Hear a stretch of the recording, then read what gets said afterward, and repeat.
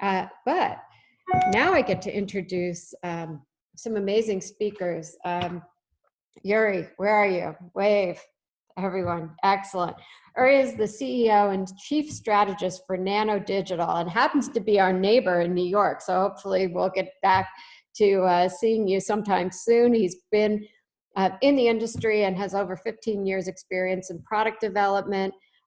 We've seen some of his work. He's done work for some of our members. Just an extraordinary company talent and great advice.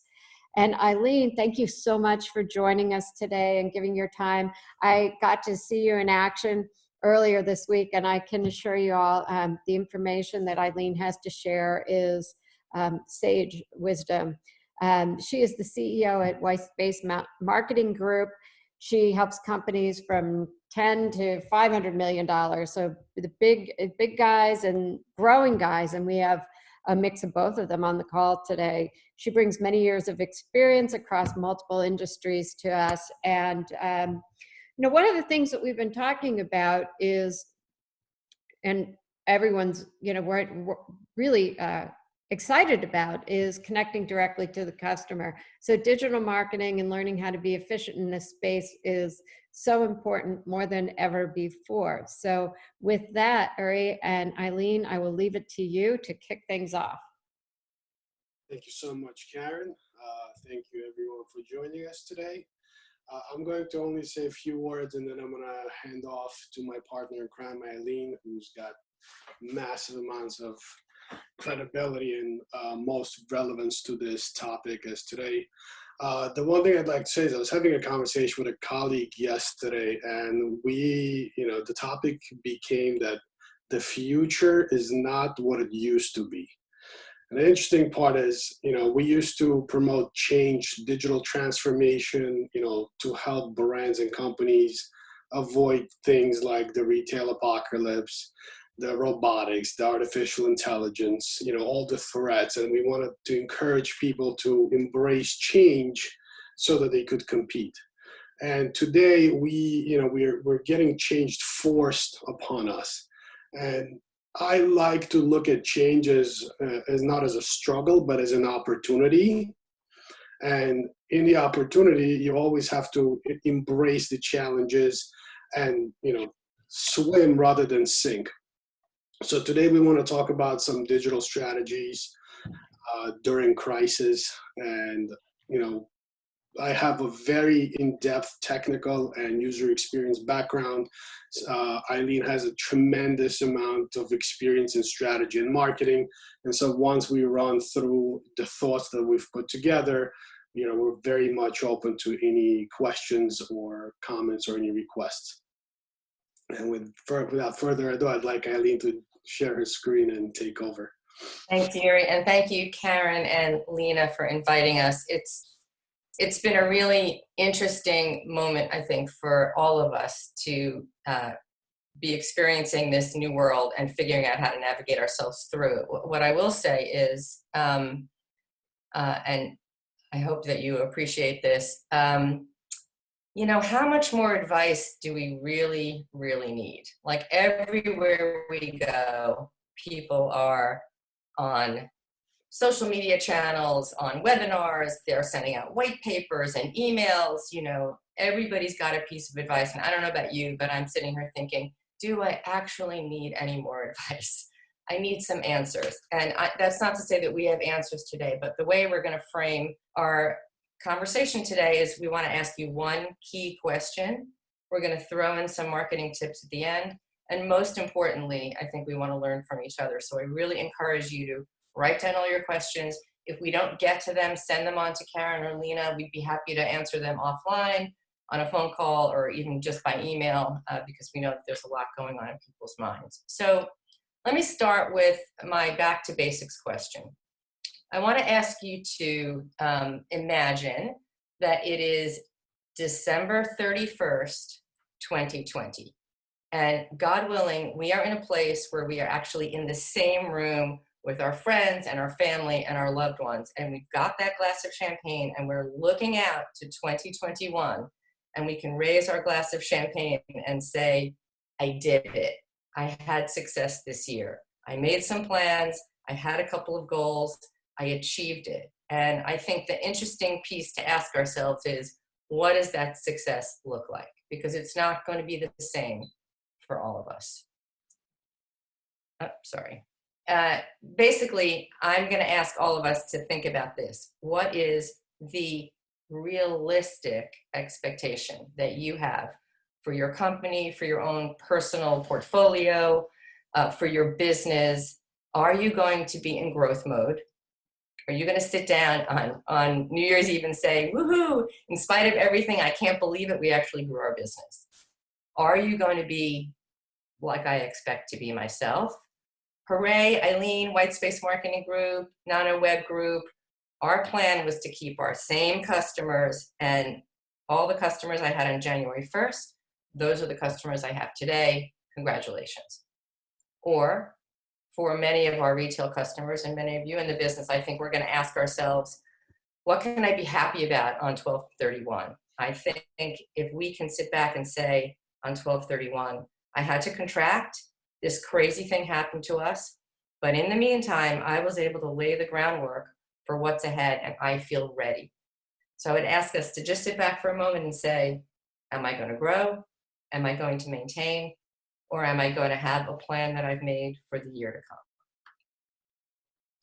So let's go through each of these, right? If you're in growth mode, you need to be in front of your potential customers and your current customers and really recognize, like every single one on this call has already recognized, everything's different. The businesses have changed, consumer buying behavior has changed, our B2B customer buying trends have changed.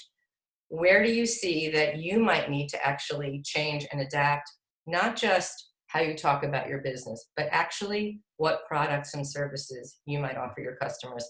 I've seen a company, not in your industry, but I'm working with a search engine optimization company that came to me a couple of weeks ago and said, you know what we're going to do? We're building a bookkeeping arm of our business. Now, if somebody asked me what's the next subsidiary that an SEO company would have, I wouldn't pick bookkeeping. But he has noticed that his law firm clients actually are missing that component to be able to deal with this crazy loan-oriented world. So he's added a new product or service to his SEO offerings. And I think all of us need to think about what else we could be offering our current customers and potential customers to be able to achieve that growth that we think we're going to get. Of course, all growth has to do with a pipeline.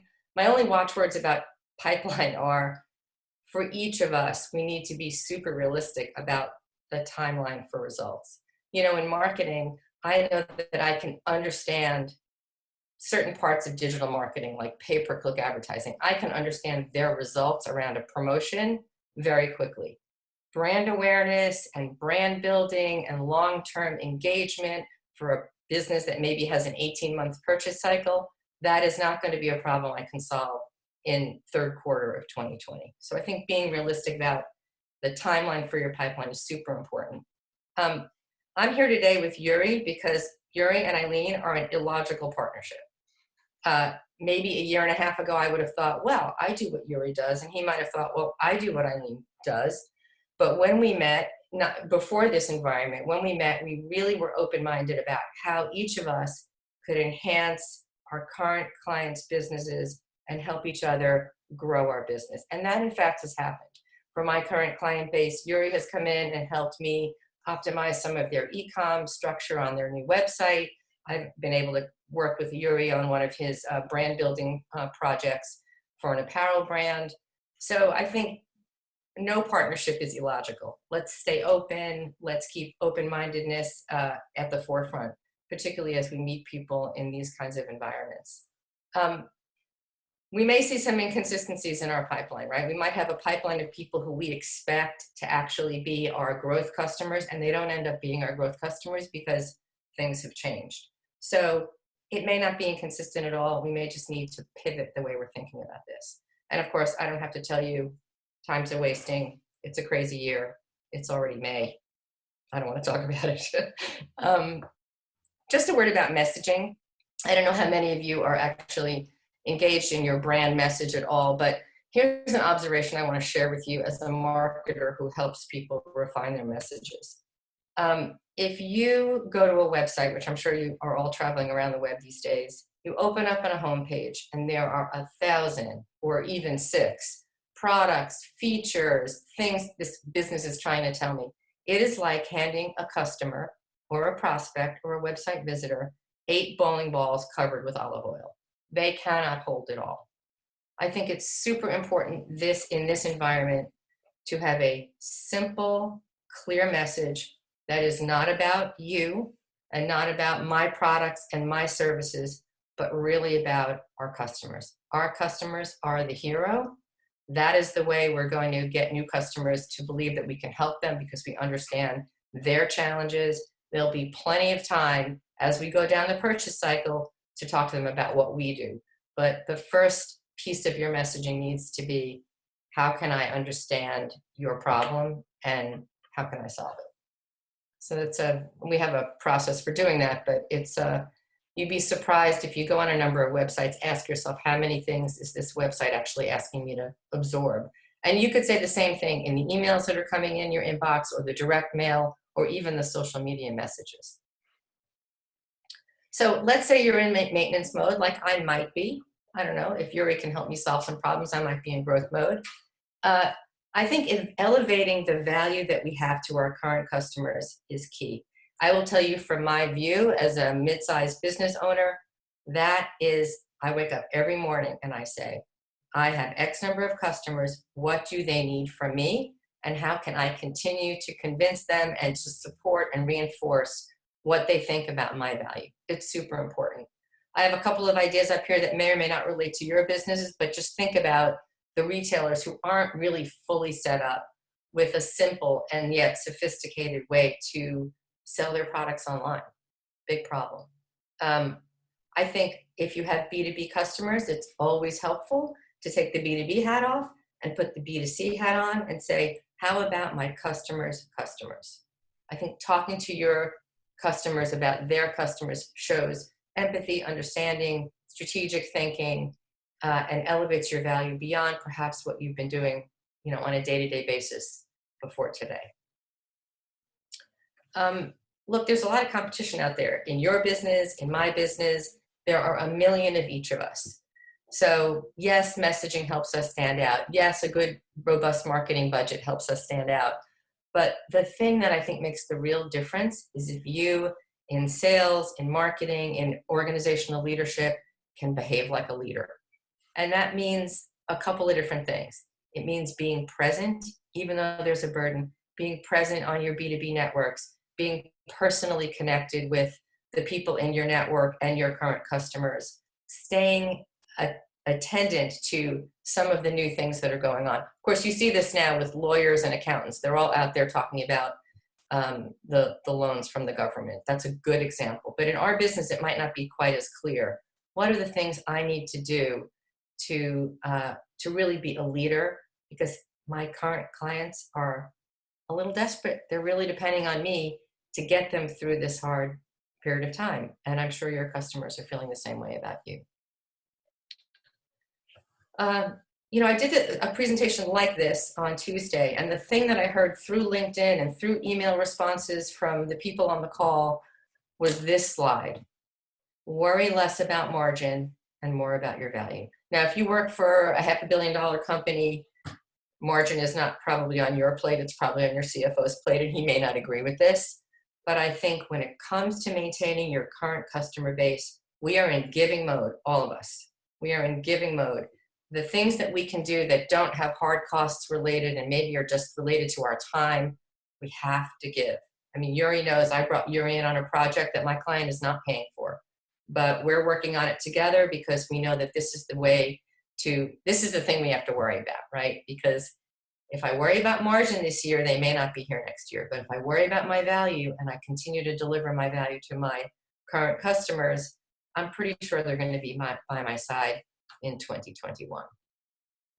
Now, for those of us who are in industries that are struggling, I think this is really tough, particularly if you're in sales or marketing or innovation. We wake up every day with optimism as the engine, right? I'm an entrepreneur. I built a company. I am the most optimistic person you can meet. So what does that mean? I am not inclined to forecast realistically. I'm sure it's going to happen. I think in a year like this, to get ready for 2021, we have to forecast very realistically. This may mean we can't innovate right away. We may not be able to make some investments that we thought we'd be able to make. But I think forecasting realistically gives us all the foundation of profitability, or at least steady financial health, to help us free our minds so we can think about what to do next. I think your personal brand, don't disappear is what I would say to you. Do not disappear. Stay out there on the freebies, on LinkedIn, on your Facebook page for your business, through email. Make sure that people are getting whatever they can from you and your voice this year. It will be much more difficult to climb up the ladder and sort of kick the competition out of the way if you've been absent during this time. Let people hear your voice. And I think, as I said earlier, this relates to partnership. Let's not get stuck in the things that we know perfectly well. I'm not only looking at the things I'm expert in. I'm out there learning from Yuri and from my other partners. How can I have more value, and how can I create more value for my clients by knowing more than they really hired me to do? And I think it's really made a difference for us, even in planning ahead. So I just have a few back to basic tips.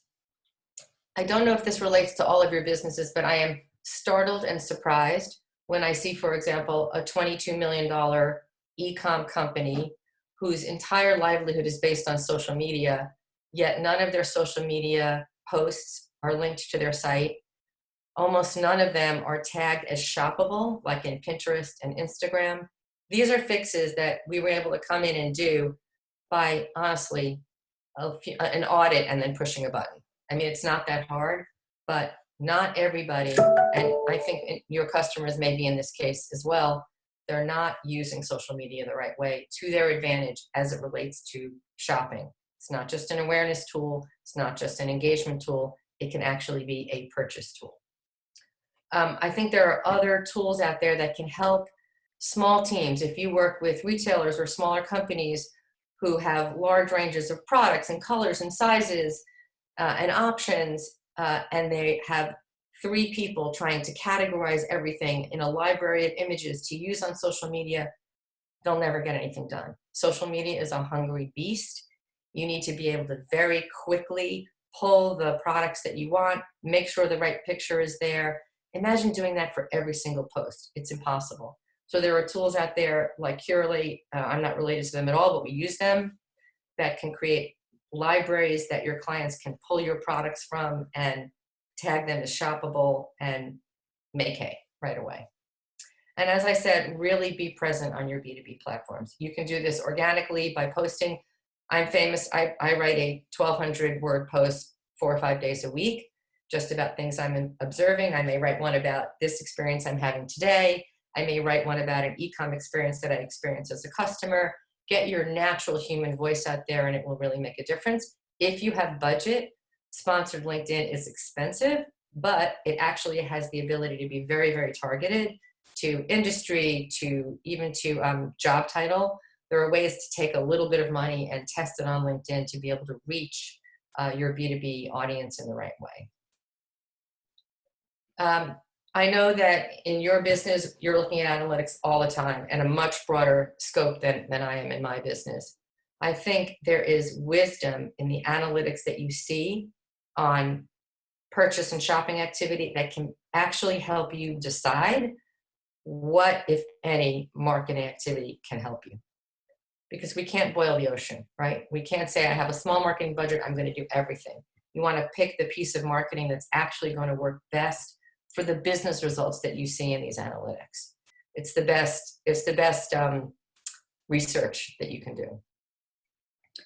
I think retailers are struggling. This isn't my opinion, obviously. It's on the front page of the New York Times today, as I'm sure you've seen. I wonder, and I'm just putting this out there for this group to think about, I'm wondering if you, as accessories manufacturers and marketers, can figure out how to help some of your retailers move into this online marketing world. And I don't know if that means you create a templated web portal that they can use, if you create a plugin that has your products in it. If there are marketing one-on-ones that you use in your business that work that you can share with them, I think they're hungry and I think they're looking everywhere. And I think many of us on this call are very capable of creating packages that you can apply to many of your customers that will make them feel like they've really been able to save the day. I think there's something about that that could be co-branded, maybe not. You'll know best about your business. We worked with a business where we created a newsletter and a website structure for the main brand, and then they co-branded it with their customers. So these are the kinds of things that that I'd love to hear more about during the Q&A.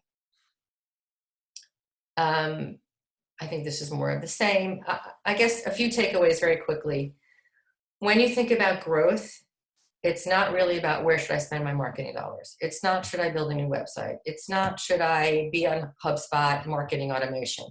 It's really a bigger question of where should I spend my resources? How do I allocate my resources? Resources are more limited this year than ever before, as we all know. Your strategies, meaning the goals that you set for yourself. Am I in growth mode? Am I maintaining? Am I going to contract and get ready for 2021? Depending on what those objectives are, there will be strategies that should only be tailored to achieving those goals. And if you have those strategies in place and they're clear, then you can decide based on budget and resources exactly how to spend it. I think Yuri and I just are partners on this. We feel like you will win if you help your retailers move online. We think you'll win if you help them implement quickly on social. It's a key component of your business. And we think you'll win if you remain a leader among your B2B audience. Just a little bit of insight here. We have this favorite expression, Yuri and I. It's hard to see the label if you're inside the jar. This is how we help customers. I think identifying your gap analysis, what do you actually need to fix to win in this environment, is a key exercise that we should all be doing. Be honest about the expertise you do or do not have in-house, and also be realistic about the time frame that you have to deliver the success for your company. And I think that's all I have.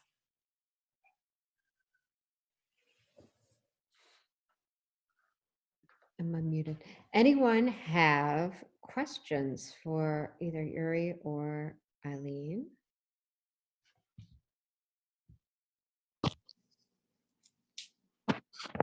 Jean, what does the rest of your t-shirt say? Less stress, more what? I had to ask. Hey, Karen. This Yeah. is Tony Drockton. How are I got you? a quick ad.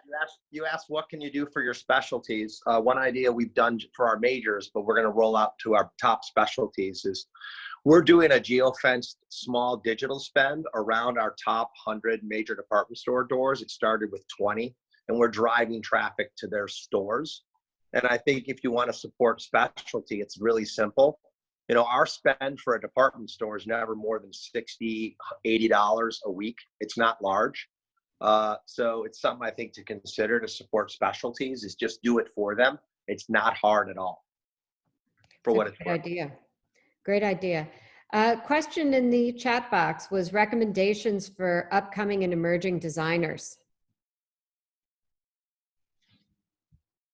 Ilene or Uri, do you have a thought on that? Yeah. So look, I think that my answer is going to be a little bit relevant to pretty much everyone on the same plane. You know, we got to start thinking, and I was just talking about this with someone yesterday, think back to the very first day that you decided that you want to start a business. Right? The startup mode mentality is very, very important today, and it plays a huge role. What is startup mode mentality? You're on a tight budget. You're not really thinking about how do you sell, products to make a profit. You're thinking about how do I build a fan base, and that's the important key today. Today you can't, the market is just not going to allow you to go out and make a killing unless you're selling masks and hoarding prices. But as an upcoming emerging designer, I think you should start building a personal brand around what your mission is, what you believe is, what inspires you, right? And this goes back to messaging, to social media, to speaking in your natural way that you would talk to your friends, right? You generally have your friends become your first fan base. And so in a crowded marketplace where there's a lot of designers and a lot of people trying to break through, you need to carve out your niche, your little fan base, by simply educating them and presenting your ideas, your inspirations, your designs, and constantly improving on your product. Does that make sense? Also, I think also, Yuri, there are lots of new accelerators out there. Obviously, not just in the tech space, but I've seen it in art, in design, in I don't know any off the top of my head, but even in vertical groups like women's groups, there'll be accelerator groups for female designers or accelerator groups for people in a particular geography. I think that's also a place where you might be able to dig up some new, some new resources. And some of it's actually geographically based, which is sort of interesting to me in this digital world, but some of it is, it'll be, the Hudson Valley artists group, or like a HubSpot user group in, in Jacksonville, Florida. So I think looking for, to slice and dice it a little bit around the word accelerator, I think is a possibility. Great. So one of the questions is, a company with limited resources, where do they start in digital marketing? How can you make a little budget go a long way? So if I may, Ilene, I'll jump in. I'll jump in on the freebies, and then you got to give them the SEO advice. I mean, look, there's a ton of free platforms out there, and generally we trade off, time for money, right? What's a free platform? So I'm getting this. So almost every social media platform is free: Facebook, Instagram, Pinterest, TikTok, which is a new, hotness today, Snapchat, LinkedIn. Every one of these platforms, and there's a ton of, smaller platforms that not a lot of people know, are aware of, but every single one of those platforms allows you to organically grow your presence. So first, before you jump into that, you need to decide who is your ideal customer so that you can build your persona. And depending on that persona, you can then focus more on, 2 or 3 platforms to begin with and really hit them hard. So if you're in a B2B marketplace and you're looking for buyers and you want brand awareness, you want to be on LinkedIn. You want to be writing content about your industry and the changes in the industry and what value you bring to the industry and how your products are different than somebody else's. And every one of these systems have algorithms that pick up popularity of your posts. So posting is free, hashtagging is free. I would also, give the old Gary Vee advice is not only write content, but get involved in other people's conversations. Pretty much every single platform allows you to search certain topics that are relevant to you. So if you searched, fashion accessories, there's a ton of conversation happening on LinkedIn, on Instagram, on Facebook. Read, learn things that are relevant to you and contribute. As you contribute, you build relationships, you get exposure. And that simply takes time, right? And so right now, that's what a lot of us have available to us is time. And if we invest that time well, you'll actually start building a very good following with almost zero cost. So let me say something about that. It is a little bit these days, you get what you pay for. So it could be that while it's free, that on your business page or even on your personal page where you're promoting something, let's say on Facebook, that the algorithm for free isn't going to show your post to too many people, particularly on Facebook. It's really not. So that's how they get us to pay for it, frankly. So I would just back up a little bit and say, first of all, Jennifer, I don't know if this is your question or somebody else's question, but this is the question Yuri and I get every single day. And there isn't one answer. And I don't mean to be difficult or complicated by it, but if you don't have experience and analytics that say, I tried this and this is how it worked, then there is no answer other than to put a toe in the water, identify a couple of key priorities, start small and do it right on a small basis. Test, test, test. So for example, let's say, I don't know, Jennifer, maybe you can jump in and give me an example of what you're thinking of and we could troubleshoot for a minute. I don't want to put you on the spot. I'm assuming that was you who asked that question. Let's see where Jennifer is. There she is. She's unmuted. Thanks for taking the bait, Jennifer. Yeah, no problem. I didn't dress up today, so I didn't want to show my face, but we're good. Basically, we have been working with Google ads, and we've been doing Facebook. So over the last year, we've been dipping our toe and trying to test and figure out where to put the spend. My understanding, and I have multiple friends in the marketing area as well, and so I've gotten different levels of feedback, but what I have kind of come to a conclusion on, and this is where you can correct me if I'm wrong, but is that when you have a brand that isn't known, people, you don't have eyeballs yet. If somebody even just goes to search you in Google, they're not going to necessarily find you unless you can get that bid going on your name and make sure you're ranking up there. And so Google Ads for branding purposes is important to get noticed with your eyeballs. But Facebook seems to be really good for big companies that are already well established because things have changed so dramatically. And it is kind of, I've noticed a pay to play situation. Like you said, using Facebook to target customers, we've done that as well. And from what I can see, it just seems like it's an ongoing, it takes a long time to get that established. And you're really not going to make big traction unless you have a big budget with Facebook. That's kind of my experience, even with testing and getting some data. It just takes a long time, just like SEO.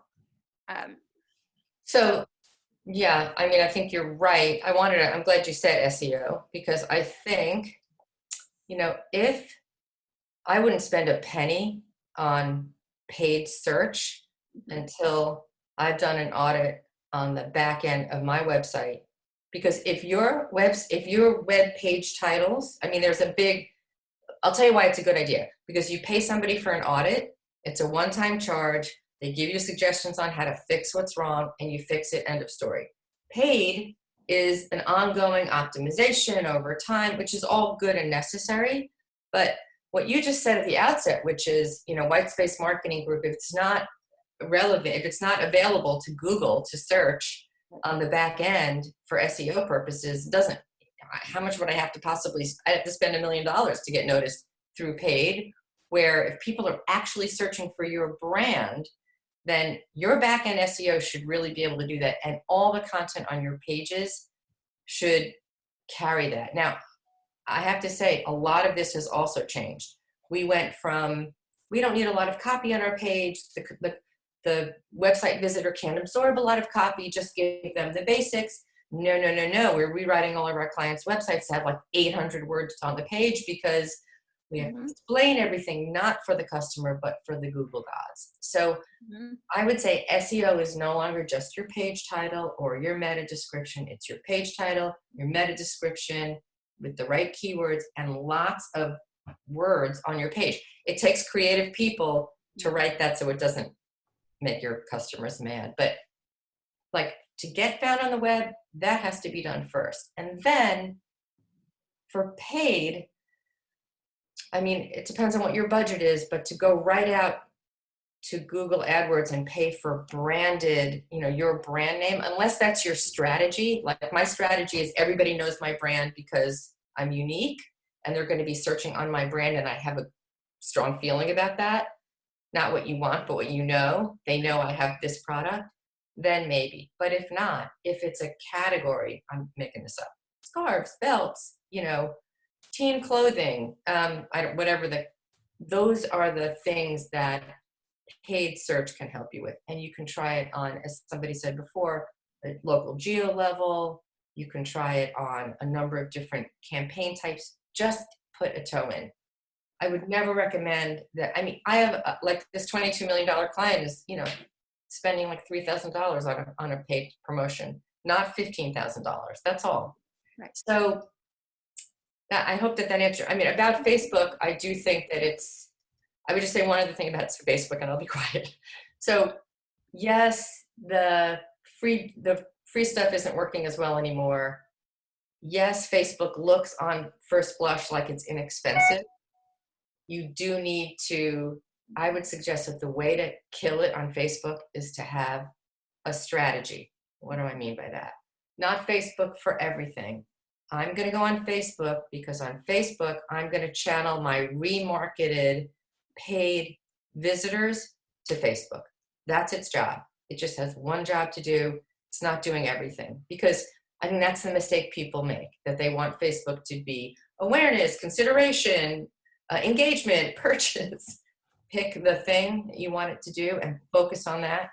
We noticed that in the back end with goals, so we've started to try to figure that out. I just kind of wanted to go through it and see if what we were doing, which was choosing a percentage and dipping our toe across different areas to test and learn, was still the right avenue, which seems like it is. So thank you. I appreciate it. Sure. Hey, I have a question that was texted to me about your thoughts on Instagram stories and using that as a way to connect with the customer. What are you thinking on the most effective way to use Instagram story? Either Ilene or Yuri? Well, the stories are where it's at today, right? So I would go back to your messaging, and so for example, you'd have to ask yourself, what is the story I want to tell? For my client, my $22 million client, their story is, the whole world has shut down. We have stuff in stock. Order now. And because of the business that they're in, there's usually long lead time. So that's like a key element. So that's the story they're telling all over the place. Before the pandemic and after the pandemic, they may be telling a story about how their household brand is actually a fashion brand and creating imagery, which is a longer story. So I think the stories are there. I mean, Instagram is, a lot of my clients are saying that they're using, that Instagram almost functions like their website.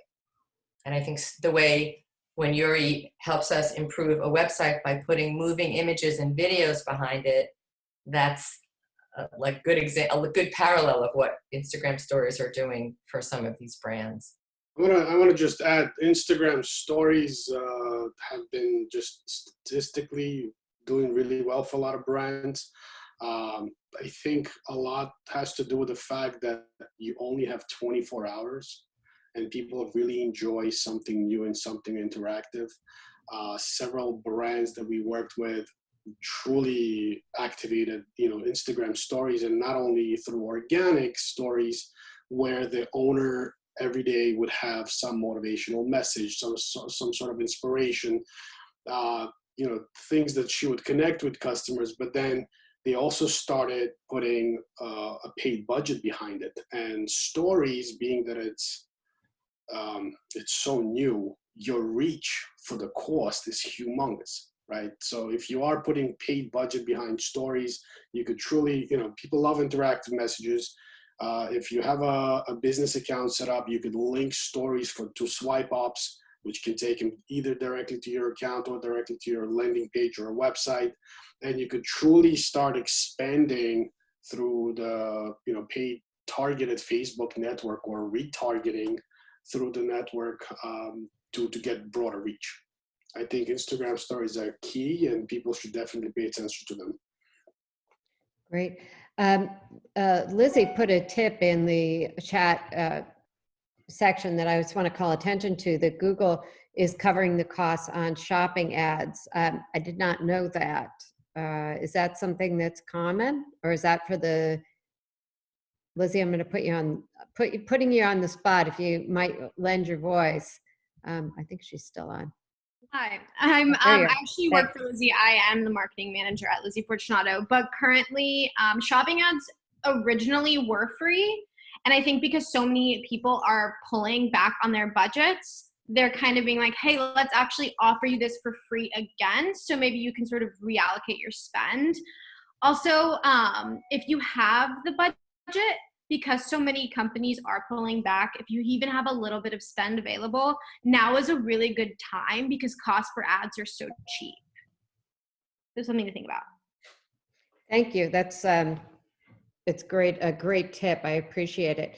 And that kind of lends itself to another question that was texted, is about the digital, what's changing in digital and what's happening post pandemic. Do we expect to see more direct to consumer brands, and how do they go about growing? I guess Yuri or I think this might not sound so great, but we're getting a preview of what the future was supposed to look like. You know, this is the digital world pushed by AI, pushed by automation, was going to essentially push people more into this type of a working environment. And the digital experience has been ignored and has not, anybody in retail or anybody even, in B2B, everyone treats digital, or most brands treat digital as a secondary option rather than a primary option. Today's journey for the past, I would say 10 years, your journey starts on your mobile phone. No matter what you do, whether you're looking for a restaurant, you're looking for advice, you're looking for a brand, you're looking for a partner, everything starts here, right? And then it spreads up into retail, into social, into everything else that touches it. But the world needs to really recognize that digital is the way to go. Digital experiences now need as much attention as retail once was. Think about, those that set up stores, retail stores. You're looking for the best neighborhood with the most foot traffic. You're looking for a great space. You spend money on renovating the space. You spend money on showcases. You spend money on signage. And then you start marketing people just so that you have the most amazing face-to-face experience. But if that entire foot traffic has shifted to online, and your e-commerce or your web presence does not lend a close enough, at least, of an experience, where it's not a one-size-fits-all. Not everyone should see the same thing. Not everyone should experience the same product. You need to have user journeys that are focused on the type of clients that you're trying to cater to. So I strongly recommend rethinking. This is the time to look at your data, and I'm hoping that everyone's tracking their data, which is, data has pretty much all the answers you need. You'll understand your demographics, you'll understand interests, you'll understand age groups, you'll understand what pages people spend time on and cared about, which products people spend time and cared about, which products were sold, which products were completely ignored or never found. And you really need to sit down with your team and truly look under the hood of your digital experience and see, how do we change this experience to accommodate as many of different clients as we can. What information's lacking? A lot of brands, actually, a lot of companies in general, when they put up websites, they assume that the user on the other end of the line knows what he's looking for, or she's looking for, knows what the product is about. People are being introduced to things like Zoom today. And there's memes all over the internet of people fumbling and not understanding, although it feels like it should be a self-explanatory thing. Right? So now take e-commerce in comparison, right? Here you're clicking one button.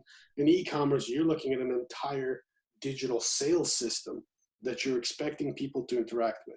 So truly, truly look at your data, think about the user journey and the user experience. This is a self-serve experience. E-commerce is one thing I'd like you guys to remember. e-commerce is a self-serve experience. In retail, you have salespeople. You have people that give advice, customer service. When somebody picks up a product, you're able to see it. You're able to ask them questions and guide them to something else. Online, you don't have any of it. And trust me when I tell you, chatbots have failed. Those that try to incorporate chatbots, they're a little bit far away from, from the advanced AI, natural language processing, to help you like a real human being. Now, on the other hand, live chats work really well. So start engaging, certain live chat tools on your e-commerce. These tools even allow you to track your visitors in real time and engage visitors in real time. So watch for the user experience so that it's intuitive. Utilize a lot of photography, utilize video, utilize large fonts to indicate important product values, and just think what it feels like on the other side of that screen, and both from mobile and desktop. Great. Another question, Lisa, I'm going to unmute you about the B2C question, if you're open. Yeah, here. Excellent. Yeah.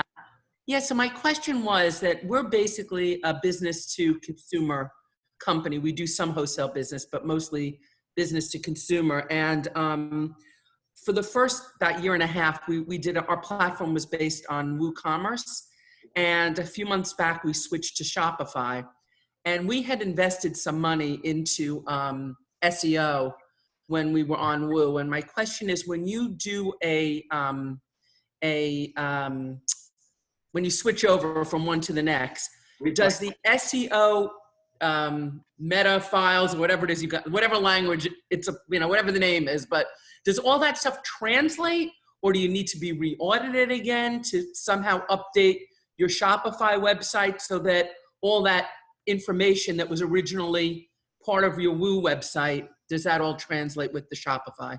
So if I may, Eileen, so re-platforming is what it's called when people are moving from one platform to another, and it's happening a lot lately.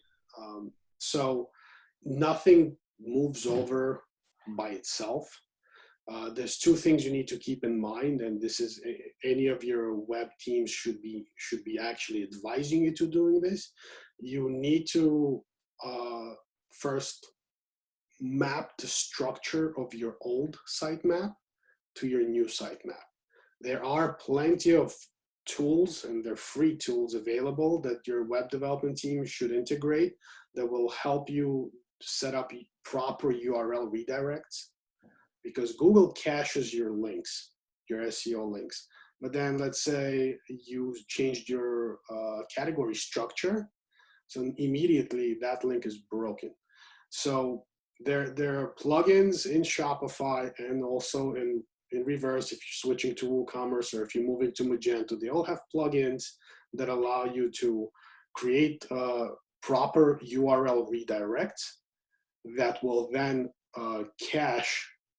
redirect the cached pages, but you do need to still apply all the SEO work on the website, on the new website. So on-site SEO is very important. You still need the keywords, the meta tags, the proper titles to be done on the new website, just like you did on the old one. So this way, as Google clears its cache, it starts to update with the new files. Does that answer your question? Lisa, I think so. Thank you. Lisa, just one other thing I'd say about SEO is that it's not one and done. Yeah. It's not one and done. And I think that there are opportunities always to optimize the SEO that you have now. Right. I think the most important thing, obviously, is to have the page has the right keywords on it. So the page title has those keywords and the meta description and the content does. And if that is not true when you move over because your architecture has changed or your products have changed, I think that's what Yuri is talking about in terms of the redirect. What we've done in some cases, Yuri, is there are pages that might not even be relevant anymore, but they had such high traffic in the past that we don't want to get rid of them. So there are special ways that I'm sure Yuri can teach us how to keep some of that juicy deliciousness without necessarily getting in the way of our new site. Got it. Okay, thank you. Great. Amazing. Anyone else have questions? Jennifer, thank you. Jennifer Young, thanks for the tip in the chat. If everyone didn't see it, about strong product page content and copy and alt images, super important. They are the new salesperson. It's very true. Any questions? So while we're waiting for questions, I'd like to add a little bit something in addition to what Ilene was saying in the presentation. I think now is probably the best time as ever for manufacturers and brands and retailers to start working in closer partnerships. And what I mean by that is that, you know, manufacturers and brands, larger brands that depend on retail distribution have a greater need to support the retail base. And you can create certain digital programs, marketing programs, print programs, you know, direct mail programs that will help retailers not only get exposure, but also empower retailers to do localized marketing as well. Now, I know it's obviously not right now, but, you know, when the doors open up back to, you know, and everybody can go back to work in a couple of months, you won't be prepared for that. And so if retailers, and we've done a lot of these kind of retail programs where a manufacturer would generate, you know, either print catalogs or digital catalogs or landing page websites that feature stores, and they would hand that over to the retailers to utilize. It's very helpful. It's kind of, it's more of a viral effect where every local retailer is responsible for marketing to their local environment. And, you know, if you're a single brand and you have, let's say, 300 retailers across the country, you're now hitting 300 different spots, you know, with your brand, because you've created this content once, and then you had 300 retailers using that content. Similar fashion for e-commerce, you know, product photography, product videos, branded videos, commercials, things like that, that can be created for a brand, but then distributed by retailers. You know, it's very cheap to tag videos. It's very cheap to tag, you know, a catalog with the retailer's branding. So just a little piece of advice that we've done with some manufacturers. Hey, we have a question about the balance of quality of creative content versus the quality of the content. How important is that? Quality versus quantity? I mean, the obvious answer should be quality over quantity. You know, we are bombarded with a ton of information every day, every single one of us, right? Everybody's got a Instagram account, everyone's got a Facebook account. We're getting so much content thrown our way. Our brains just are overloaded with content. So I often advise brands that they should focus more on creating good quality content, whether it's really good product photography, really good video that really represents the product or the brand itself, because you can use quality content across the board, and quality content does not get ignored. That's one thing to keep in mind. You know, I know it's not cheap to create quality content, but when you're featuring certain, you know, important collections, or you're doing something that's relevant to your brand, you don't want to hurt yourself by, you know, trying to, you know, the do-it-yourself approach. That's just my opinion. Sorry, I would add one other thing to that. So I noticed, I hear from businesses all the time, like, oh, we already sent that out there. We shouldn't do that again. We already did it. Once you've got good quality content, don't be afraid of repetition. Because right. Even if you look at the best open rates in email and the best traffic, it's not everybody, right? You cannot say, oh, everybody who should see this, you know, Pinterest ad saw it. or everybody, I mean, look at your open rates on your email. That's like the simplest example. You know, we're jumping up and down at a 24% open rate, which is pretty darn good, but that means, you know, 65% or whatever the math is, are not actually opening that email. So I think repetition done tastefully, especially if you have a piece of quality creative and you have really directed your messaging at a particular message and a particular audience pain point, then I think just keep going, because you've never hit 100% of your audience, and you know, social media is a hungry beast. Just because you post it doesn't mean they'll see it. Right. I think we got to all the questions, and we're almost at the end of our time. So we will, we've recorded you. We're going to send it out. And looking forward to seeing all of our participants, hopefully very soon. Ilene, I noticed you put your email into the chat space there for questions. So if anyone has a question, is that okay to, yeah? Excellent, reach out. And Yuri, you want me to put yours in there too? I'll put yours in there in case you have a technical or website or creative. Right. Can I ask everybody if they could do me a small favor and take a selfie with me?